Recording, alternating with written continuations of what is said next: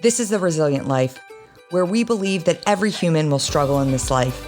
Our challenge is to struggle well. I'm Ryan Manion. I lost my brother to war, my mom to cancer, and I'm the daughter of a retired Marine. I'm also a wife, mom, author, and president of one of the nation's leading veteran service organizations. Join me and some incredible guests as we explore the value of struggling well through life's inevitable challenges. Welcome to another episode of the Resilient Life podcast. I'm bringing back another fan favorite to the podcast today, the founder and CEO of GORUCK, Jason McCarthy. If you recall, last time, if you're an avid listener, last time I had Jason on to talk about the power of community. And what I'd love to do today, Jason, is to dive into a little bit more of the power of being outdoors. It's something that you talk about a lot. And I think it's something that's so important right now that we have a conversation on. So thanks for joining us again. I'm excited to have you back. You asked me to do anything, I say yes, Ryan. So it's awesome to be back. Awesome. So I was doing a little bit of research because I take a lot of what you put through your stories, and I love how you're pushing just get outside. And I've had to, also you live in Florida, so it's very nice to look at your pictures of being outside in the beautiful Florida weather. And I've had to really dig deep mentally to take that and apply that in my Northeast terrible winter weather that we're having. But I have found that there is something so therapeutic about getting outside. I've been really trying to avidly get out there no matter the weather conditions. Last week, I took my 7-year-old son and 2 dogs on a 3-mile ruck. It was snowing. And I'm like, well, do I do this? And I'm like, yeah, I've got snow pants. I've got snow boots. I'll put them on. And my husband and I had like the best time. I was like, this was so much fun. And my kid loved it. We called it an adventure ruck, and we just got out there. And, researchers have long recognized and studied the positive effects that being outdoors has on your mental health. And I found, as I was looking as far back as 1989, studies have found that people exposed to urban environments are forced to use their attention to overcome the effects of constant stimulation, described as hard fascination, which induces cognitive fatigue over time. In contrast, natural environments benefit from soft fascination, which refers to scene content that automatically captures attention while simultaneously eliciting feelings of pleasure. I read that and it hit me because, like you, I've got young kids and I think my youngest, my 7-year-old, is he's the most, I would say, my husband and I call it addicted to electronics. And when we pull those out of his hand and we'll do these kind of resets, it's almost like an addict going through withdrawal. And we can see kind of how his brain changes, and we can see the difference when we're actively pushing him to be outside and when he's sitting playing Roblox for 4 hours and we're like, oh crap, time to get him off the phone. And, I don't want to get weighed down by talking about COVID or the pandemic, but it's worth addressing that over the past 2 years, people worldwide have stayed indoors, perhaps more than ever. They've limited travel, they've limited trips outside of your home. And my first question for you is, did you know about any of this research when you created GORUCK? Or did realizing the benefits of being outdoors and participating in outdoor activities come later for you? I mean, my generation, we didn't have all of these screens to stare at all the time, right? I mean, we got a Nintendo and a Super Nintendo, and my screen time was limited, but it was pretty addictive, but not quite all everywhere where you can't bring it to the dinner table. You can't do this stuff. I mean, I grew up playing sports, right? And I feel like we forget the most foundational things in life, the stuff that makes us actually happy. And we just start grabbing for stuff all the time because of the Joneses and the marketers and, some of our hard wiring working against us. Because the easy stuff, right? You can go buy pleasure anytime you want to, right? All different forms and shapes and sizes. And the army in my time in there on a small team, we trained together, we lived together, we fought together, we bled together, you know, and it was just this tribal bond that we had. And the thing that one of my buddies brought up later is you're always kind of on your feet. You're always doing something. Yeah, you know, there's a desk and stuff for the captain and stuff like that. But the rest of us, the ones that work, right?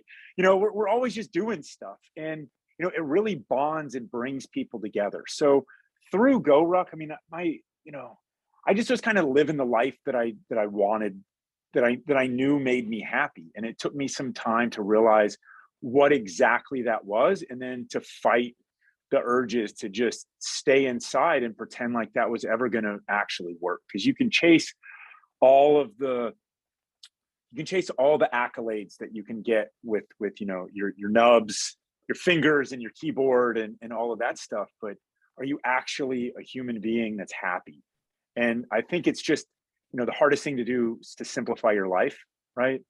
And so much of it involves you, and you have to take care of yourself, and you have to take care of your family, and you have to take care of yourself to take care of your family. And we try to isolate stuff like mental health and all this stuff. It's all tied together. So the short is, you know, there's a million different studies since the beginning of man, most of them just done by people that were doing it, to suggest that being outside with other people is really, really good for us. And now there's no saber-toothed tigers to hunt us. There's none of this type of stuff really. And it's like, we know we need to do more of that. The question is how do we do it? And the best way to do it is what you did. It's to do it together. Instead of sending your kid out and say, hey, go outside and play. It's no, let's go. You forge these bonds, you do it. And it's really rewarding. And we know this. We all know this. It's just how do we get more of us to do it? Yeah. Well, and you know, I think there are some bucolic neighborhoods that still exist in the United States where the kids all get together in the cul-de-sac and go out and play. You know, we don't live in not an area, but our neighborhood doesn't. Where my kids are the youngest and practically the only kids in the neighborhood, so they don't have that. And I am guilty sometimes of being like, just get outside. I don't care if you're riding your bike. I don't care if you're reading, just sit outside and do something.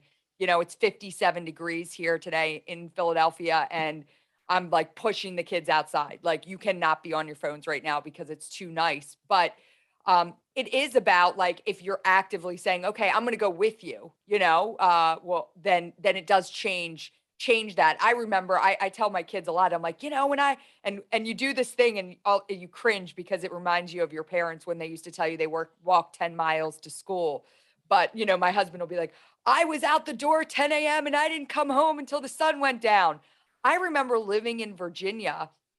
You know, I was 10 years old, and I would go out with my friends and we'd climb through the sewer systems. We'd get flashlights and we'd pull up manholes. And I think about that and I'm like, well, I don't know if I want my kids doing that now. But the experiences we had, like, I'm 42 years old and I still remember those things from childhood. Kids aren't going to remember sitting on their phone. And that's not going to be some core memory that lives with them. So Let's it's, hope not. yeah, exactly. Let's hope not. But I want to get back to, so I asked you kind of like, did you know about this generalized theory as you were creating GORUCK? But I also think it's important for the listeners. I think most of the community that listens to this podcast is familiar with GORUCK. But for those that are not, tell us what the company GORUCK is in its, you know, in its most overarching terms. What is GORUCK? Yeah, so GORUCK, the rucking company. What that means is you put weight on your back and you go for a walk, right? And so there's various components of this, but you know, there's a manufacturing side. We build and manufacture the rucksacks and the weight. We build all that stuff from the ground up, right? Not just white label and stuff, like a proper manufacturing stuff. But what really excites me are people. And you know, the Army Special Forces, that's a people business. It's a people business, the people that you serve with, which I get goosebumps when I start to, you know, think about just how much I love those guys that I served with, right? And the community that I come from. And then, you know, you're dealing with foreign fighters in our case, right? You know, the Iraqis, and how you work by, with, and through them. That's a people business. You can't just tell them what to do and just expect it to be done. And so as GORUCK was in its infancy, I mean, I still just put people first. I mean, we started running events, and what happened is that bringing people together in the real world outside, it's this thing loosely dubbed social fitness, social health, if you will, right? You bring people together in the real world and push them and challenge them and make them work together. And we don't care if you're black or white or young or old or military or civilian or pink or purple or polka dotted or gay or straight or whatever, right? Just show up, right? All those boundaries that exist in the forums masquerading as communities, they all evaporate when you're there together. You see people for people, which is the goal, right? See people for people, because that's what we all are. And so, we have 500 ruck clubs around the country. They just get together. It's community led. They go for rucks, they do push-ups, they go grab beers on Friday nights or whatever they want to do, right? People coming together with people.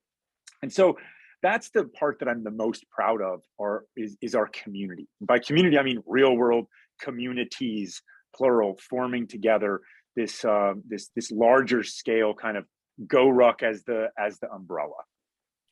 So I think we shared the story the last time you were on about the first time I met you. You guys gave me a rucksack. We rucked. I mean, it didn't have anything in it. It was a beautiful rucksack that maybe had some newspaper in it. And we rucked around a lake in Georgia. And I fell in love with it. I fell in love with it for everything that you're talking about, because staying physically active for me was always a very isolating event. It was me going on long runs where even if I was running with someone, I wasn't physically capable of holding a conversation. And so this idea that I could be physically active, but also have conversation, bond with people, create those relationships, I loved it. And so I fell in love with that.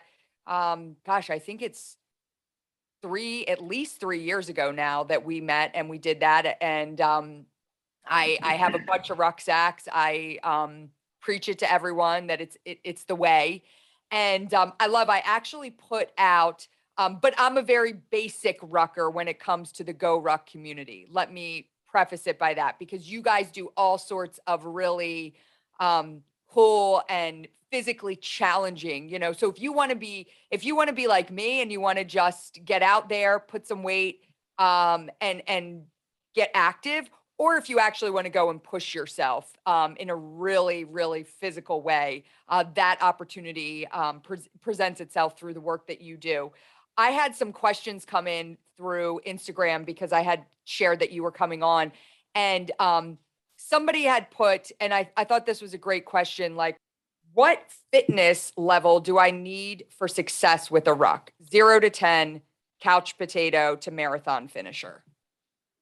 So let's talk about success first, Okay. right? Because that you've got to start with anything. Like in the military, you start with intent, right? And so my take is what are your goals in life? If you want to feel better, if you want to be able to do more, I mean, you need 0, right? You need to be able to walk, I suppose. If you can't, then someone can push you, literally, right? And so the point is I don't care how much weight you have in your back. I don't care how long you go, right? I want it to be about something that is rewarding, fun, challenging as you need it to be. This morning, I rucked to work with 30 pounds in my back. That's not a lot for me because I've been doing this for a long time, right? It's like just not super feeling it. And other days, it's more. It's not about me, though. It's about me for me, because I want to feel a certain way on whatever day. But if you are at a 0, basically, you need to walk more, right? We get prescribed all these things and we think we can go buy them or we can subscribe to them, right? So look back at the last 2 years. Every single measure of human health is worse. Every single one. Loneliness, depression, anxiety, obesity, childhood obesity, suicide, every single measure of human health is worse. And ultimately, subscriptions to digital training programs are up. You can stare at your screen all day at work, and then you can stare at your screen and have Mr. Spandex tell you to pedal faster. The problem is it doesn't work, right? We are social creatures that crave these basic needs that Maslow describes, right? And then part of that is you need to go outside, right? And you can substitute for days on a treadmill if you want. Like it's do what's best for you, but just know that you can't defeat human nature, right? We are who we are. So if you're a 10 on the fitness scale, well, we got something for that too. You just up the weight. Yeah. I mean, you can up the weight, you can up the distance, you can up the speed. If you're 0, you probably need to go outside more and walk more. It's real basic. And so if this is sort of the license or the permission to say, you're welcome here, I say with no ego here, like we want to build better Americans. And there is no greater gift that we have as a people than the health of our people. And so it's very, very, very clear that we need to focus on this, not by just popping pills or waiting for shots to make us healthier or for, the latest thing that we can buy to do better by us. We need to actually assume some personal responsibility and say, what I'm doing isn't working. I don't have enough energy. I'm not healthy enough. I'm not strong enough. I don't walk enough, whatever the case may be. And then show yourself some compassion, right? Because it's been very stressful and that takes its toll on us. But we are like, it's time. If you're waiting for permission to get out there and seize your health and move forward and get better, then find a way to do it. And I think it's go outside and do something that's accessible to you and have fun doing it. And that's usually better with somebody else. But if it's got to be you and the dog, that's somebody else in my book. So do that, Yeah. And, somebody else had written in like, what is a great way to get back into rucking after a hiatus of not doing it? And I'll say, when I first started rucking, again, my first ruck was with an empty rucksack. But when I started doing it on my own, you guys sent me a rucksack and I was like, all right, well, I have a responsibility now to use this. But I wasn't at a place where I felt comfortable sticking actually, the first time I went out and rucked by myself, I put a 10-pound plate in. And it hurt my shoulders. And I'm like, it hurts too much that I'm not going to continue doing it. So I'm not ready for that yet. I ended up sticking 2 soup cans in my rucksack. And probably for a few weeks, that's what I had until I felt like I was ready to move up those notches. And, you said something like where a lot of people over these last 2 years were waiting, we're buying these online subscriptions. And I think that I look at Peloton as a prime example. They were the hottest ticket in town. I don't know how many people, I can count on both hands the number of people that went out that are in my direct, close circle that went out and bought Pelotons. And I can also count that probably 9 out of 10 of them didn't even start using those Pelotons. It kind of showed up and they didn't really use them. And you can see now Peloton's stock has gone down. They did this mass production, but now that people are able to get back into doing things and being around other people, there's no need for Peloton anymore. Right now, there's definitely a group of Peloton people, but you can see that the need for Peloton only existed when we were not able to be around other people, when we were isolated. And so I think we have a natural calling to want to do everything that you're saying that GORUCK provides. And people, if given the opportunity, that's what they want to do. But sometimes, again, if you're not into something and you don't know enough about something, there is that kind of hesitation of, well, how do I begin? And I think you guys make the barrier to entry very low. And I think that's why you've created such an amazing company, because there is a low barrier to entry, but you can also take it all the way up to, challenging yourself in ways that you never thought you possibly would. I mean, you don't have to, this is not complicated. And it's worth saying because everyone is so skeptical of something that's just so simple, right? I mean, can anybody, unless you're maybe a mailman or something, or what? It's like, who gets too many steps in their life, right? Who? I mean, if you want to, you think about the longevity of your life, and you say, what are the things I want to be able to do? Walking is probably at the top of that list, well, pretty close anyway, yeah. Right? Well, we'll just leave it at that. And you say the best way to get good at walking and to stay healthy and strong for walking is to walk. And a way to get even better at walking is to ruck, right? And so if you, it's not cycling and it's not swimming, though those are good. It's definitely not running, right? Completely different movement set with completely different injury rates than marching or rucking is. And so it's like, look, you don't have to use a GORUCK rucksack. I mean, they're specifically built for this. But You they're don't really have good. to. They are good, but you can use whatever you want. Just go outside, put some weight in it, go for a walk.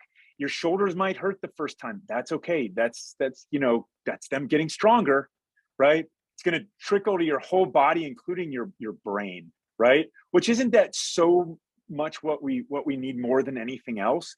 It's just the confidence from doing things that we can actually do and sustain and scale up. Because too oftentimes what happens is, and it happens really around New Year's, we pick these impossible goals that have nothing to do with happiness and will actually lead us to be unhappy, right? Like, I'm going to do this, make this money and get this whatever, and I'm going to lose 50 pounds because if you enjoy the process of doing that, then that's great, because you won't get those days back regardless. Just more of us need to go outside. This is a reminder to myself as well. I go through phases where I don't sleep as well. I go through phases where, I'm super focused on this part of work, or I've got to get to work early and leave late. And like, man, I gotta re-engage a little bit here. And so I do. It's simple though. Go outside, have fun, take your phone calls with a rucksack on, or just walking outside. You can ease into this as slowly or as quickly as you would like. Yeah. So, another question, because we always kind of talk about the way you can ease into it, but somebody wrote in, what is the hardest ruck event that you have ever done, and what made it so difficult? I go back to the Army, and there were just our culminating exercise is called Robin Sage, right? And it's kind of like a mock war where you link up. They take over the state of North Carolina, and you're sleeping in barns. You're dealing with guerrilla chiefs. I mean, it's very realistic and very awesome, right? It teaches you about the human terrain as much, but you have to have the physical terrain as well. So we jumped in, right? And that 125-pound rucksack between, you're dangling it from your belt and it's in front of you. You're waddling like a penguin at best. Your buddy has to help you get up to waddle to the whatever, right? And you jump and you land and you thank God that you didn't smash your legs or whatever, break your face. And then you put that tick that sucks the blood out of your back, right? You put that tick on your back, and our infiltration was 18 plus hours. And it was just excruciating. It's stupid weight. I mean, and part of it is it's as much mental as physical. I mean, some units do carry that much in combat. It's a really terrible practice in reality, because it's usually the commander who's like, you got to be ready for every contingency, so bring everything. And the best thing is to accept a little bit more risk. Speed is security, and go lighter. However, that was not the purpose of this. And so it was an 18-hour ruck with 125 plus pounds. And it hurts to think about. And, we were all in the same boat. Everyone was suffering and nobody quit. And it was, it's one of those things that I gained a lot of confidence just knowing that I could do something like that. And so it was a worthwhile thing. And we realized this was not cold turkey. I mean, rucking is the foundation of special forces training. So they started us out with 45 pounds for, selection. And then that it transitions up and the mileage gets more and more and more. So don't just pick up a ruck, no matter how tough you are. If you haven't done rucking before, you might finish, but you might get kind of unnecessarily hurt. And that was a tough one though. Yeah. That sounds pretty tough. So, obviously through your work with GORUCK, it's easy to see you hold a passion for bringing people together for outdoors, for fitness. And GORUCK is now a big part of a 3-day festival that's coming up in Jacksonville, Florida, where you're based, where GORUCK is headquarters. What was the inspiration behind the Sandlot Fitness Festival? And can you tell us a little bit more about that?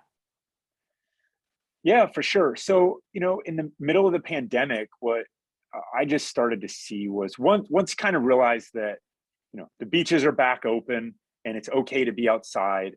And I'm not going to accept, the fear mongering, like you can't go outside because you might, breathe on someone 100 yards away and give them the virus. Like at some point, I'm like, life has risk and I'm going crazy indoors, all this stuff. And it's like, I just started to see a lot of other brands, companies, and people that I respect, and everyone's kind of saying the same thing, right? It's about community and how do we form it, and people focusing on other people's health and teaching them how to do it. A lot of it virtually at that time, and I was just like, we're going to need something where everyone can come together and say, all right, let's be outside, let's enjoy each other's company in the real world, because for too long now, everything has just been virtual, virtual, virtual. All the businesses are pointing that way. Everything is pointing that way.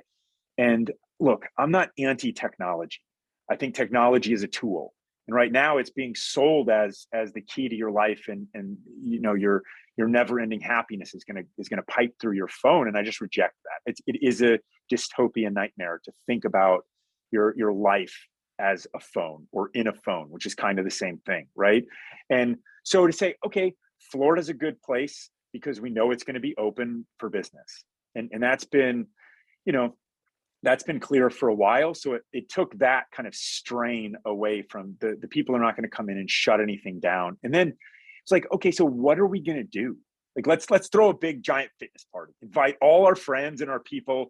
Let's have speakers, let's have brands, let's have communities, let's okay, great, let's build an obstacle course. So I called up my buddies that run Savage Race and was like, hey, and Sam's just down the road in Gainesville, and we've had a partnership with them for a while. And hey, will you guys look at putting a big obstacle course on the grounds here? And they're like, yeah, that passes the smell test. We can do that. They've only done long courses before. This is 17 obstacles on a quarter-mile course, right in a field, right? So they kind of came on, and that's another way. So instead of just having people show up in a field, it was, hey, there's these structures, there's this thing to do. And obstacle courses come from the military, right? They're training grounds. That's where you gain confidence from doing things that you don't get to do. You do them, and then you gain confidence. And that's how life works, right? And there's no kind of silver bullet for, oh, I'm just going to wake up one day after my hopes and my prayers and be confident. It doesn't work like that. You have to kind of find new challenges. And this is an accessible one. It's kind of anchoring the weekend as a whole. It's just these big structures. So you got to earn the best views at Sandlot JAX, right? And then I called up my friends at GORUCK Fitness. It's like, hey, will you guys send down some equipment and a rig and stuff? And they're like, yeah, we're in, right? Outdoor fitness, great. Right up our alley. They do stuff for the CrossFit Games and the Rogue Invitational and all that since forever. And it's a great company running out of Columbus, Ohio. Great people, great values, great mission. Can't say enough nice things about GORUCK Fitness. So they're like, yeah, we're in. And we started to say, okay, now we've got in GORUCKs, all our stuff's here, sandbags and rucks and all this stuff. It's like, okay, now let's not do this ourselves. Let's call up all these other communities, because the way that the world has gone, whether it's the nonprofit world or it's the business world or it's the fitness world or it's anything, is everybody just kind of gets busy doing their own thing. And how do people find new stuff to do? How do we discover new things? How do we discover new types of training or fitness? And I'll give you one important example from my life, which is, yoga is not known as something that special forces dudes should do, right? Like when I was coming through the Q course and coming to my team, like if you said, hey man, I'm doing yoga every day, that's kind of not something you're going to bring to the team room, right? But I did, and I kept it off to the side, and I did it because I wanted to be more resilient against injury. I wanted to be a better special forces soldier. And as it turns out, a lot of guys do that. Not everyone yet, but a lot of guys do that. And you see those of us that are a little bit older, right? It's like, man, you gotta start to find the things that are gonna keep you in recovery and still doing the things that you want to do. Like, I think all special forces guys should do yoga all the time, right? It will make them better. All infantry types should do yoga all the time. But, where do you get that permission and that license? Well, I'll tell you, there's going to be a lot of special forces guys that are going to do yoga at Sandlot JAX, and there's going to be yoga classes that are offered, as well as, how much can you bench press, or how much can you pick up, how much weight, and how fast can you do the obstacle course, all of it. And there's this ability to kind of have global training thought leader or global trainers that are like the best in their field come and lead these classes that are, 15, 20 minutes, 30 minutes tops. So it's not just, I'm going to show up and do this one thing and leave. There's all sorts of different, you guys are going to put on the Manion WOD, which is awesome, right? There's the obstacle course, which is awesome. There's yoga, there's mobility, there's recovery. There's all sorts of different stuff with a lot of different people from different backgrounds. And how do people meet people? How do brands meet each other? And I just thought, instead of showing up at, a fitness festival or a fitness expo where you watch people exercise, or you kind of go around and collect pamphlets on stuff, which is okay, but how about come do stuff too? And then meet the people that are there, and then go burn it down in the town at night, right? Go have fun then. So come, let's have fun. Let's have Yingling Beer as our beer sponsor, right? And then we got the bourbon sponsor and wine sponsor. And, there's, we're trying to figure out how to get water. I'm like, optional, right? Stuff like that. But the point is it's meant to be fun. Bring the people together at a time when I think that, mental health, physical health, and social health has been completely neglected, right? In all of this, we talk about mental health as if you can just go to the shrink or the wizard and get tuned up, the room with the waterfall in the background, and talk about feelings and stuff. I don't really want to do that, and I know a lot of people that don't, but I think that there is a super, super connective tissue between social health and mental health and physical health as well. But if you say, hey, if you come together with like-minded people and do fun stuff, that's really good for your mental health. If it's fitness related, and you do some push-ups or some squats and some obstacle course, whatever, that's really good for your physical health too. We yearn to be part of these tribes and these groups and these fun kind of communities. So we really wanted to kind of say, all right, let's turn the page a little bit, and let's meet up here and kick off the rest of our lives right now, in case we've wasted a little bit too much time the last couple of years. Let's recenter on community and health and fitness and have fun doing it. I love it. So for the people out here listening, they're going to want to know how they can be a part of this Sandlot Fitness Festival. So it is April 22nd to 24th in Jacksonville, Florida. It's right on the river downtown. And there are 3-day passes for all the fun, and there are single-day passes. Travis Manion Foundation has a code. It's sunshine_TMF.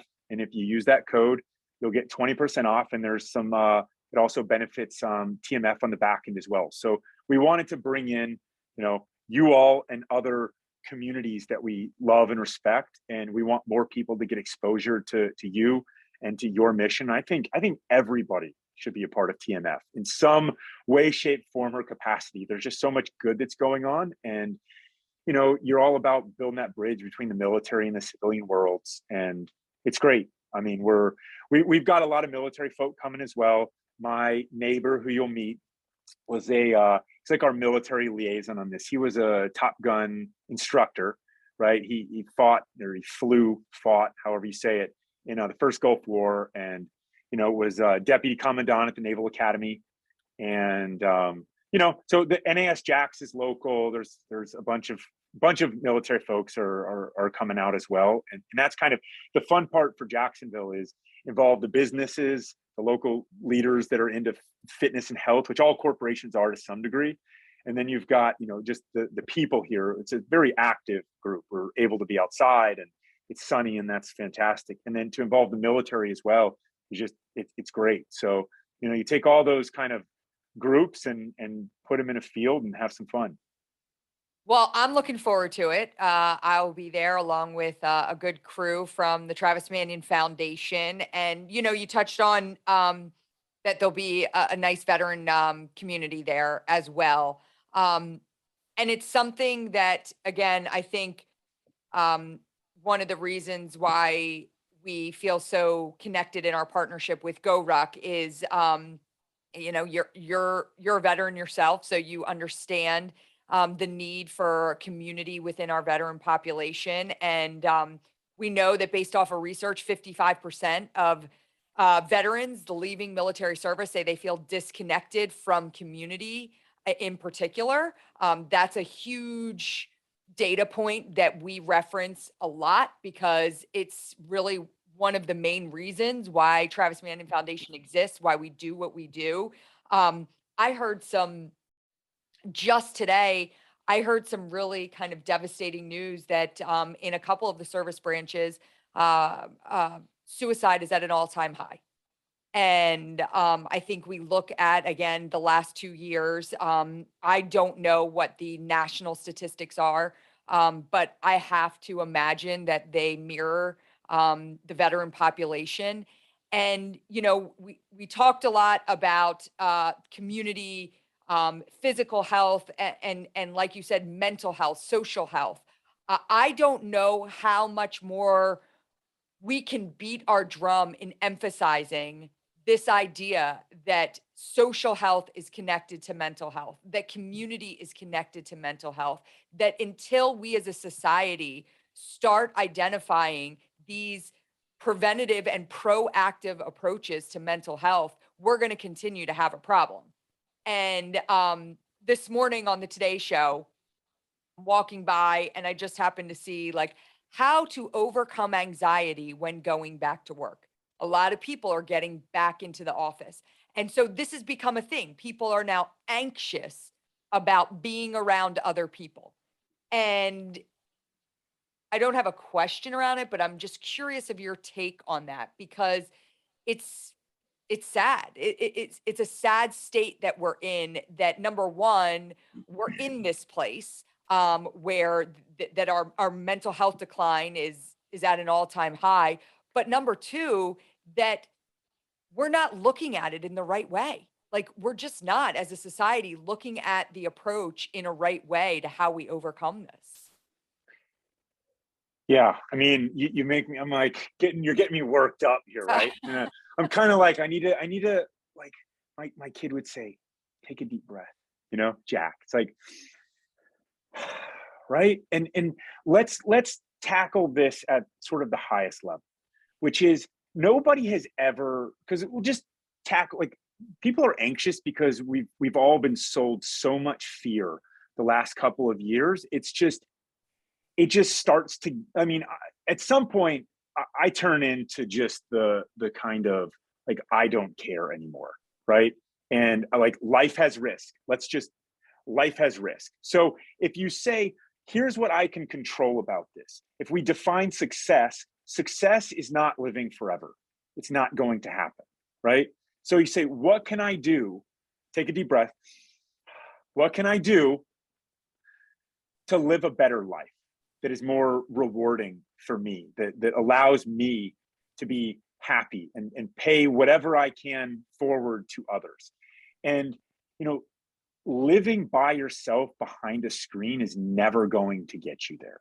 And so you have to go out and you have to be a social animal. And if you say, okay, life has risk, it does. What can I control? And the big conversation, if we started to focus on inspiring each other to take care of our health and our fitness and our well-being, then that would be a much more productive conversation than, talking more about masks and social distancing. Like people we know, we kind of know at this point, people have made their minds up.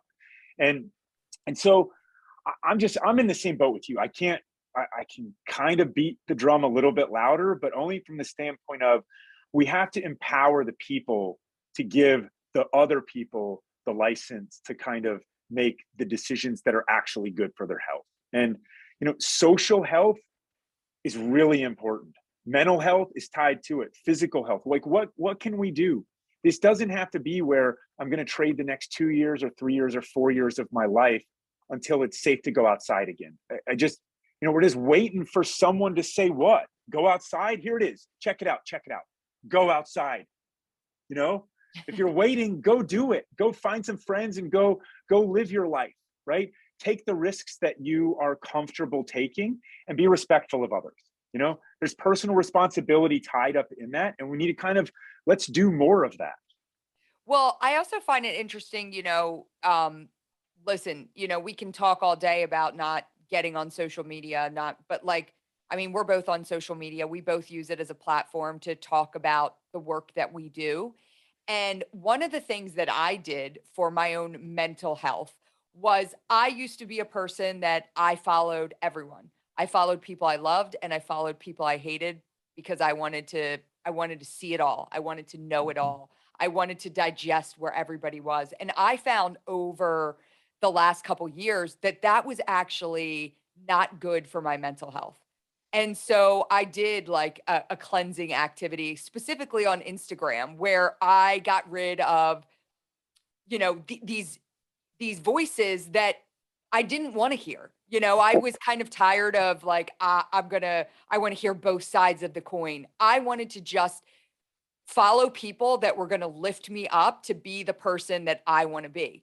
And I have found it so awesome. When I wake up in the morning and I am guilty. I try to be the person that my alarm goes off and I get up and I drink my coffee and I meditate for 10 minutes before I look at my phone. I don't. My alarm goes off and I spend the next 10 minutes looking at my phone till my snooze goes off again, and that's when I get off my phone and I get up. But now, as opposed to before, when I would scroll through my phone and I'd almost, some days I would get up and I'd be angry before I even got out of bed.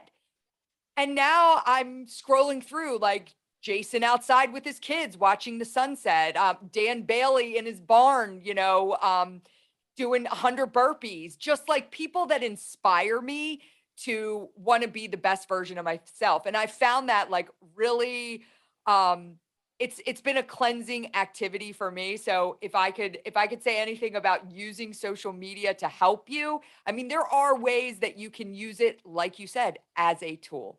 And that was something for me where I said, I don't need to digest information anymore just so I feel like I have information from every side. Like I need to digest the information that is going to make my brain tick in the way I want it to tick as I move through my day. And so this whole idea of again, when you talk about getting outside, just doing it, just getting outside, it's almost so easy it's complicated.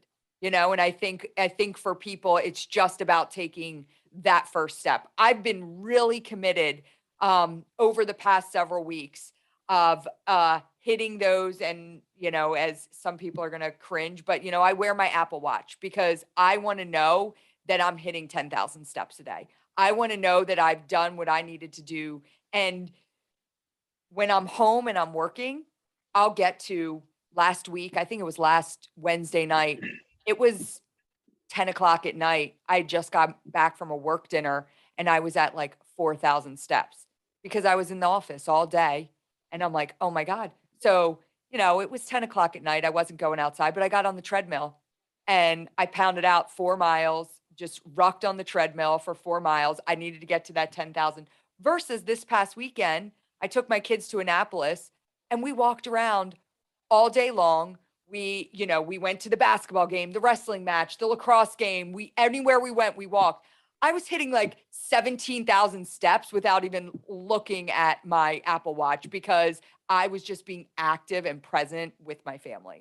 So yeah. So Ryan, I'm with you. So like I have a Garmin, not an Apple, but I have found that, we have to lead an examined life. Let's start there. We have to lead an examined life. And if you look at it as, this is making me anxious and miserable, if that lasts for too long, then you need to make a change, whatever that change might be. And I've found that I don't want all my text messages and all that stuff on my watch. I don't, right? But I'm with you.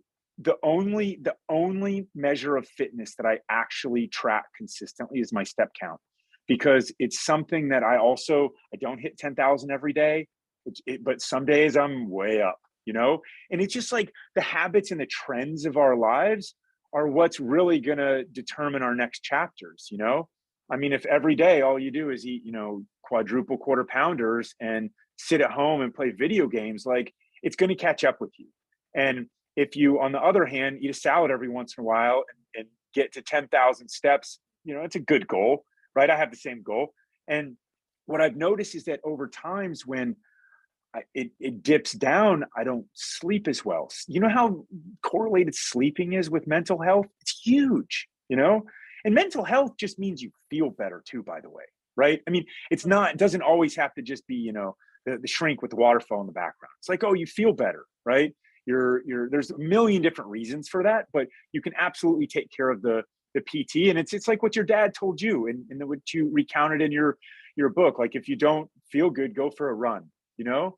And it helps. Go outside, go for a run or a ruck or whatever, you know? And so it is back to that examined life. And each of us has to look at our own and say, you know, this is my purpose in life. This is my mission. Like, start there. Those are the things that are going to actually keep you driving forward. And if you don't have that, you're going to just chase pleasure all day long, every day. And you're going to try to buy whatever it is you can for motivation. But start with the motivation. Like, what are you motivated to do? And why I love you and your mission statement and your organization so much is because it is, you know, if not me, then who means send me, right? It's like, I want to go and I want to serve others. And if you pour your energy into that, like, all these other things become distraction, and that becomes your mission in life. And that, then everything else just starts to click. Otherwise, you're just grasping for stuff to try to provide meaning, and it doesn't work. I love that line. You have to live an examined life. That's definitely going to show up in some of our marketing materials for this episode, because that's brilliant. Like, live an examined life, because there are times where I'm like, oh, is this like so corny that I'm tracking? But it's a way for me to stay accountable. It's a way for me to say, like, I'm going to make sure that I can look back and see what I'm doing each and every day. And that is living an examined life. And so as we close out the episode today, I want to ask you, because, you know, this podcast is all about resilience, what it means to live a resilient life. Do you think that living an examined life means living a resilient life?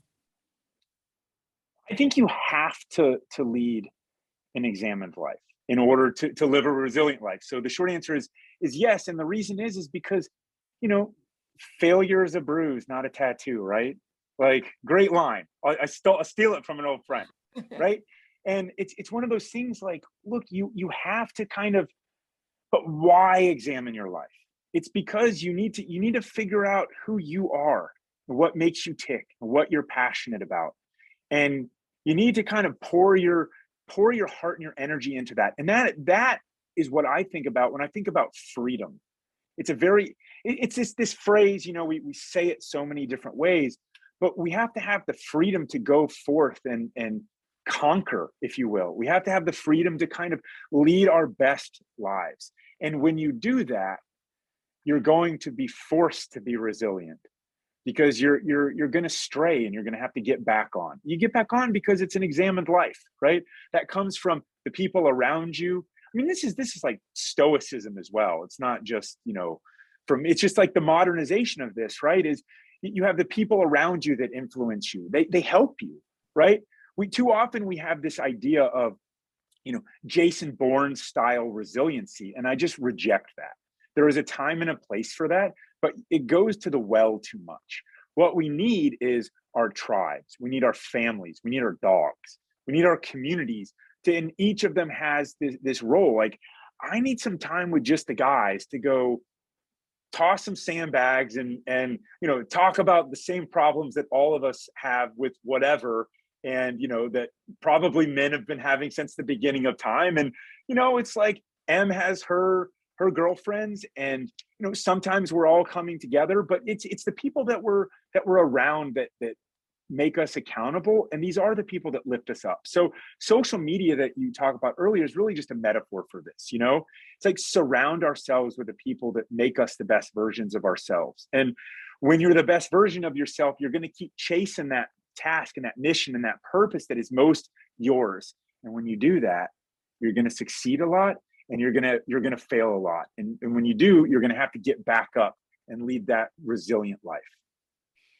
Jason, I always get so excited when I get to have a conversation with you and talk about stuff like this. You're so inspiring. And again, we align on so many things. So it's always a breath of fresh air to hear you talk, get your perspective. And I, like I said, am looking forward to seeing you in person at Sandlot. We're going to put up the links.